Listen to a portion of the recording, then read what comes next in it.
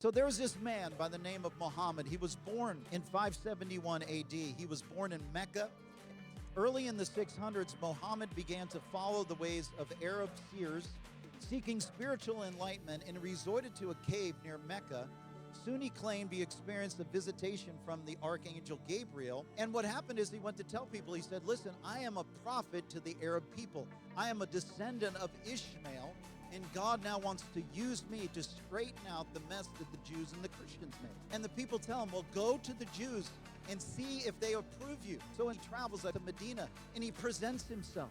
Hey, I am a prophet of your God. I'm a prophet of, will you approve me as a prophet? And the Jewish people said, no, you're not legit. Galatians 4:23 says, however, the son by the servant was born according to the flesh, but the son of the free woman was born of the promise. So what we see is Muhammad, even though he claimed to be a prophet, he began to deceive people and began to turn on the Jewish people and the Christians so that he could have power and he could rule. Paul writes to the Galatians about this story in verse 24. He says, these things contain an allegory, for these are two covenants.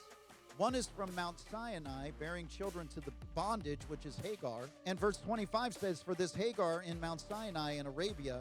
So we see he's pointing to two different sons. One is Isaac, which represents Jerusalem, and the other is to Hagar, which represents Mount Sinai. Now, I'm going to show you a picture real quick of Mount Sinai. See her hair, her face, her nose, her lips. Here's the rest of her body on Mount Sinai. So when Paul gives the allegory that this is Mount Sinai, is Hagar, they actually saw it. Paul is referring to as there is a son of bondage and then there is a son of freedom. Verse 16 of James says, for where you have envy and selfish ambition, there you find disorder in every evil practice. How many know what happens in the heart of Ishmael was envy? Why is God blessing him and not me? Because God said so. Why is he the chosen one and not me?